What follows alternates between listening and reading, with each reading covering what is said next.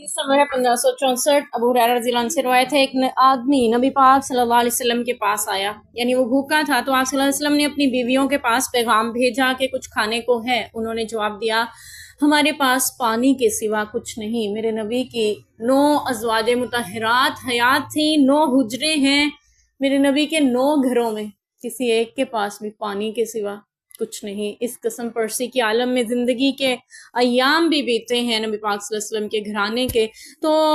آپ صلی اللہ علیہ وسلم نے پھر فرمایا صحابہ سے متوجہ ہو کے کہ کون ہے جو اس کو اپنے ساتھ لے جائے یا اس کی ضیافت کرے؟ تو انصار میں سے ایک آدمی نے کہا میں لے جاتا ہوں، اور وہ آدمی تھے ابو طلحہ انصاری رضی اللہ عنہ۔ پھر وہ اس کو لے کر اپنے گھر گئے، بیوی سے کہا یہ اللہ کے نبی کا مہمان ہے، اس کی عزت کرو۔ اور مہمان کی عزت کرنا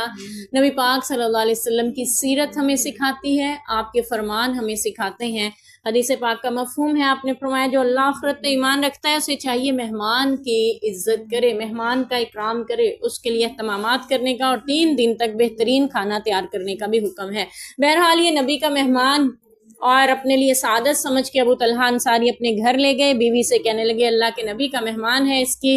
عزت کرو۔ کہنے لگی ہمارے پاس تو صرف اتنا کھانا ہے جو بچوں کو کافی ہو۔ تو انہوں نے کہا کھانا تیار کر، چراغ جلا، بچوں کو جب وہ کھانا مانگے سلا دینا۔ پھر جب اس کا کھانا پکایا، چراغ جلایا، بچوں کو سلا دیا، پھر اس طرح اٹھی گویا چراغ درست کرنے لگی ہو، پھر اسے بجھا دیا، یوں ظاہر کیا جیسے وہ دونوں کھانا کھا رہے ہوں، مہمان بھی ابو طلحہ انصاری بھی۔ ان دونوں نے وہ رات بھوکے ہی گزاری۔ پھر جب صبح ہوئی تو وہ انصاری یعنی ابو طلحہ انصاری رضی اللہ عنہ جو ہے رسول اللہ صلی اللہ علیہ وسلم کے پاس آئے، تو آپ صلی اللہ علیہ وسلم نے فرمایا اللہ تعالیٰ رات کو تم دونوں کے کام پر ہنس دیا اور خوش ہوا۔ پھر اللہ نے یہ آیت نازل فرمائی وَيُؤْثِرُونَ عَلَىٰ أَنفُسِهِمْ وَلَوْ كَانَ بِهِمْ خَصَاصَةٌ وَمَن يُوقَ شُحَّ نَفْسِهِ فَأُولَٰئِكَ هُمُ الْمُفْلِحُونَ۔ وہ دوسروں کی حاجت کو اپنی حاجت پر ترجیح دیتے ہیں، وہ خود کتنی ہی سخت حاجت ہو کہ جو بھی اپنے نفس کے بخل سے بچا لیا گیا وہ کامیاب اور بامراد ہے۔ اپنی جتنی بھی ضرورت تھی اس کی بجائے دوسروں کی ضرورت کو اپنے اوپر ترجیح دی۔ یہی انصار تھے جنہوں نے اپنے گھر بار مال، یہاں تک کہ بعض اصحاب نے یہ بھی کہا اگر تم میری بیویوں میں سے کسی سے نکاح کرنا چاہو تو میں اسے طلاق دے دوں گا تاکہ تم اس سے نکاح کر لو، اپنے سب کچھ بانٹنے تک کے لیے تیار ہو گئے۔ تو اللہ نے ان کی شان میں آیت نازل فرمائی سورہ حشر کی وَيُؤْثِرُونَ عَلَىٰ أَنفُسِهِمْ وَلَوْ كَانَ بِهِمْ خَصَاصَةٌ، خود کتنے ضرورت مند کیوں نہ ہو پھر بھی اپنی ذات پہ دوسروں کو ترجیح دیتے ہیں۔ یہ مفہوم ہے ان الفاظ کا۔ اور ساتھ ہی اگلے حصہ جو ہے اس آیت کا یہ ہے وَمَن يُوقَ شُحَّ نَفْسِهِ فَأُولَٰئِكَ هُمُ الْمُفْلِحُونَ، جو شخص اپنے نفس کے بخل سے بچا لیا گیا وہی کامیاب ہو گیا۔ تو اللہ کرے اللہ تعالیٰ ہمیں بھی ان کو سمجھنے کی توفیق دے۔ ابو طلحہ انصاری رضی اللہ عنہ کی شان میں یہ فضیلت میں یہ آیت نازل ہو رہی ہے۔ یہ کون ہے ابو طلحہ انصاری رضی اللہ عنہ؟ ان کا مختصر ہم تعارف دیکھ لیتے ہیں۔ انصار کے قبیلہ بنو نجار سے تھے، وہی بنو نجار جنہوں نے نبی پاک صلی اللہ علیہ وسلم کا پاک استقبال کیا تھا جب آپ مدینہ تشریف لائے تھے، اور ان کی بچیاں دف کے ساتھ میرے نبی کے لیے ترانہ پڑھ رہی تھیں طلع البدر علینا من ثنیۃ الوداع وجب الشکر علینا ما لا دعا للہ داعی، اور ساتھ ساتھ دونوں طرف ہتھیار سجائے 2 رویہ انداز میں انصار کھڑے ہوئے تھے، پاک استقبال نبی پاک صلی اللہ علیہ وسلم کا فرما رہے تھے۔ اور ابو طلحہ انصاری رضی اللہ عنہ نے ام سلیم سے نکاح فرمایا۔ ام سلیم کون ہے؟ حضرت انس رضی اللہ عنہ کی والدہ، اور اس وقت مدینہ میں مصعب بن عمیر رضی اللہ عنہ دین کی تبلیغ کر رہے تھے، بہت سے گھرانے مسلمان ہو رہے تھے، ان میں ام سلیم رضی اللہ عنہ بھی تھی۔ اور ام سلیم کو انہوں نے پیغام نکاح بھیجا کیونکہ ان کے شوہر مالک بن نضر جو تھے وہ چھوڑ کر چلے گئے تھے انہیں ان کے اسلام قبول کرنے کی وجہ سے،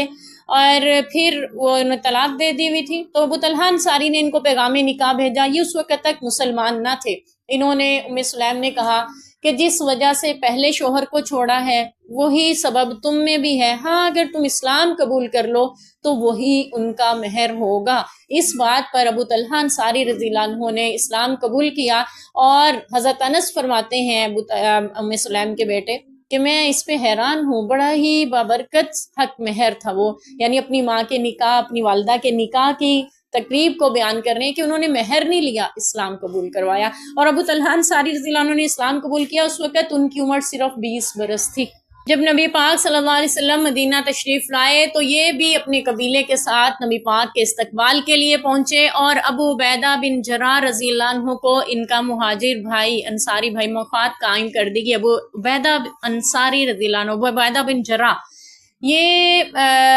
امین الامت کے لقب سے ملقوب ہیں، اور ابو طلحہ انصاری یہ انصار کے نقیب مقرر کیے گئے نبی پاک صلی اللہ علیہ وسلم کی طرف سے۔ ان کا ایک واقعہ تو ہم یہاں پڑھ چکے ہیں کہ کس طرح انہوں نے اصرار کیا، نبی کے مہمان کو کھانا کھلایا، خود بھوکے رات گزاری، ایسے ہاتھ چلاتے رہے، چراغ بجھا دیا گیا جیسے وہ کھانا کھا رہے ہوں، حالانکہ کھانا نہیں کھا رہے تھے، صرف اپنا ہاتھ کھانے پہ لے جاتے، اپنے منہ تک لے جاتے، بڑھاتے کھانے کی طرف۔ تو انصار جو مہمان تھا اس کو یہی محسوس ہوا کہ وہ بھی کھانا کھا رہے ہیں، چونکہ چراغ بجھا دیا گیا تھا۔ یہ ترجیح دینے کا انداز دیکھیں۔ اور دوسرا ان کا بہت مشہور واقعہ وہ یہ بیان کیا جاتا ہے کہ یہ ان کے ہاں ایک بیٹا ہوا، تو وہ بیمار تھا، یہ کسی سفر پہ نکلے ہوئے تھے، جب واپس پہنچے تو وہ فوت ہو چکا تھا۔ اسی دن ان کے پہنچنے سے تھوڑی دیر قبل اس کی وفات ہو گئی، تو ام سلیم رضی اللہ عنہ نے اس بیٹے کو چادر سے ایک کونے میں کمرے کے چھپا کے لٹا دیا۔ ابو طلحہ پوچھنے لگے کہ ان کے بیٹے کا کیا حال ہے؟ فرمانے لگی پہلے سے آرام میں ہے، اور پھر ان کے ساتھ حسن سلوک سے پیش آئیں، اچھا کھانا دیا، بہترین انداز میں ان کے ساتھ صبح کی۔ تو پوچھنے لگی فجر سے پہلے ہی، ابو طلحہ یہ بتاؤ اگر کوئی شخص آپ کو امانت دے اور پھر وہ واپس مانگے تو کیا واپس کر دینی چاہیے؟ یہ کہنے لگے ظاہر ہے کسی کی امانت ہے تو لوٹانی چاہیے، آپ کو کوئی حق نہیں ہے کہ آپ اس کو رکھیں یا اس میں خیانت کریں۔ تو فرمانے لگیں کہ پھر سنیے، اللہ نے جو ہمیں بیٹے کی صورت میں امانت دی تھی نا، وہ اس نے واپس لے لی ہے،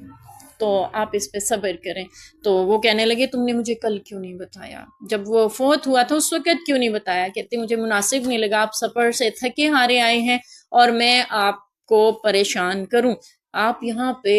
احسار دیکھیے ام سلیم رضی اللہ عنہ کا، ان کو اس بات سے بہت تکلیف ہوئی، اپنے بیٹے کو دیکھا، جو بھی تھے کیفیات، ان کے ساتھ فجر کی نماز کے لیے مسجد میں گئے اور جا کے اللہ کے رسول سے شکایت کی ام سلیم کی، اللہ کے رسول مجھے بتایا تک نہیں ہے، آپ نے فرمایا کہ اللہ تمہیں اس رات میں برکت دے گا۔ پھر اللہ نے ان کو ایک بیٹا دیا، ان کا نام عبداللہ رکھا۔ حضرت انس فرماتے ہیں کہ میں ان کو لے کے، جب وہ پیدا ہوا نیا بیٹا، تو اس کو لے کے نبی پاک کی خدمت میں حاضر ہوا، اور آپ صلی اللہ علیہ وسلم نے اپنے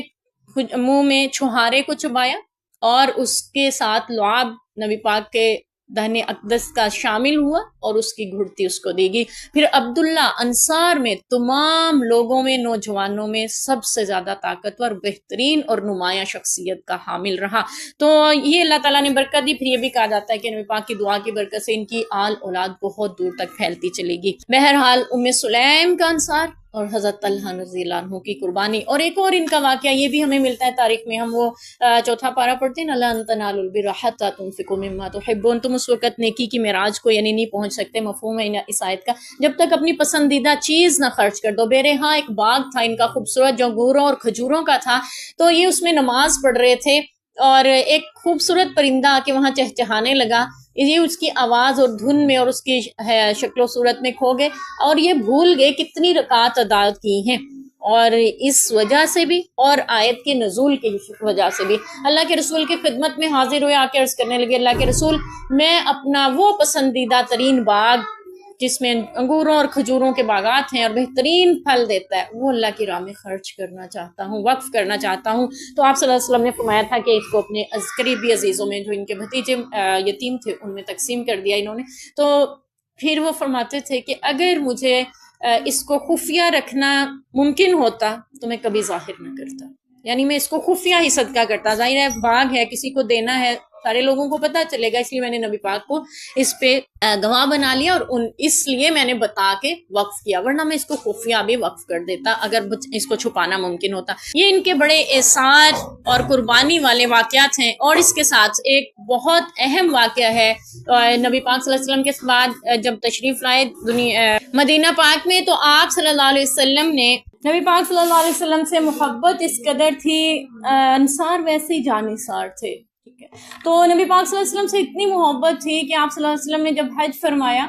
تو یہ آپ صلی اللہ علیہ وسلم نے سر اقدس کو منڈوایا، یہ لب کے نبی پاک صلی اللہ علیہ وسلم کے بال مبارک انہوں نے لیے سب سے پہلے صحابہ میں، موئے مبارک اپنے پاس تبرک کے طور پہ انہوں نے سنبھالے رکھے ساری عمر تاحیات۔ ہاں ہمیں یہ بھی پتہ ہونا چاہیے، ہمارے ہاں آج کل یوٹیوب پہ ایک ویڈیو یا کوئی تصویر چل رہی ہوتی ہے اور اتنے لمبے طویل بال دراز دکھائے ہوئے ہوتے ہیں اس میں، اور بتایا ہوتا ہے، لکھا ہوتا ہے کہ نبی پاک کے بال ہیں۔ یاد رکھ، ہمیں پتہ ہونا چاہیے کہ نبی پاک صلی اللہ علیہ وسلم کے موئے مبارک جو ہیں کانوں کی لو تک دراز رہے ہیں یا شانوں تک، اور جو ہمیں دکھائے جا رہے ہوتے ہیں وہ اتنے لمبے لمبے رکھے ہوتے ہیں، وہ نبی پاک کے بال نہیں ہیں۔ تو ہمیں ایسی پوسٹ کو شیئر کرنے سے رکنا چاہیے اور لوگوں کو آگاہ کرنا چاہیے کہ یہ جھوٹے ہیں اور نبی پاک کی طرف جھوٹ کے ساتھ منسوب، اور ایسے جھوٹ سے اللہ تعالیٰ ہمیں بچائیں، محفوظ فرمائیں۔ تو بہرحال سب سے پہلے انہوں نے تبرک کے طور پہ نبی پاک صلی اللہ علیہ وسلم کے موئے مبارک لیے اور ان کو تاحیات اپنے پاس محفوظ رکھا۔ اور ام سلیم وہ ہیں جو نبی پاک صلی اللہ علیہ وسلم کا پسینہ مبارک، جب آپ صلی اللہ علیہ وسلم ان کے گھر آرام فرما تھے تو چٹائی پہ چمڑے کی جو بچھائی گئی تھی اس پہ بہہ کے پھیل گیا، تو بعد میں انہوں نے اس کو جمع کر کے ایک شیشی میں محفوظ کر لیا، پھر ہر خوشبو میں اس کو شامل کر کے لگایا کرتی تھیں، اور بعض لوگوں کو نبی پاک کے دنیا سے رخصت ہو جانے کے بعد سونگھنے کے لیے بھی دیا کرتی تھی، میرے نبی کے پسینے کی خوشبو ہے۔ اور ابو طلحہ انصاری رضی اللہ عنہ غزوہ بدر، احد،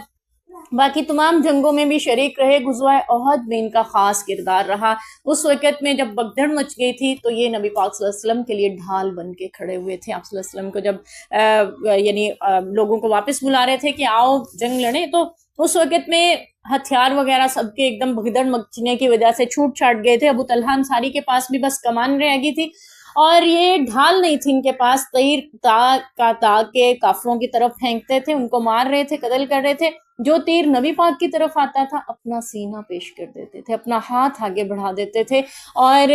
وہ ایک ہاتھ سے تیر چلا رہے ہیں، دوسرے ہاتھ سے ساتھ ہی فوراً آنے والے تیروں کو بھی اسی ہاتھ سے روک رہے ہیں۔ تو اسی کوشش میں وہ ہاتھ ان کا شل ہو گیا، تاحیات اس پہ فخر کرتے تھے کہ میرے نبی کی حفاظت میں میرا یہ ہاتھ شل ہوا ہے، وہ کام نہیں کر سکتا تھا تیروں کے لگنے کی وجہ سے۔ اور نبی پاک صلی اللہ علیہ وسلم اگر ان کے کندھے سے جھانک کے دیکھنے کی کوشش کرتے تو پلٹ کے اللہ کے نبی سے کہتے، اللہ کے نبی میرا سینہ آپ کے سینے کے لیے حاضر ہے، آپ مت دیکھیں کہیں کوئی تیر آپ کو نہ لگ جائے۔ اور پھر آپ صلی اللہ علیہ وسلم نے فرمایا تھا کہ ابو طلحہ انصاری کی آواز 80 آدمیوں کی آواز سے بہتر لگتی ہے، یعنی دو چیزیں ان کے سامنے تھی اس وقت، ایک مسلمانوں کی شکست ہو رہی ہے، دوسرا نبی پاک کی حفاظت کرنی ہے۔ دونوں چیزوں کو مد نظر رکھا، لڑ بھی رہے تھے، حفاظت بھی کر رہے تھے نبی پاک کی۔ اور آپ صلی اللہ علیہ وسلم نے پھر یہ بھی فرمایا تھا کہ احد کا دن تو طلحہ کا اور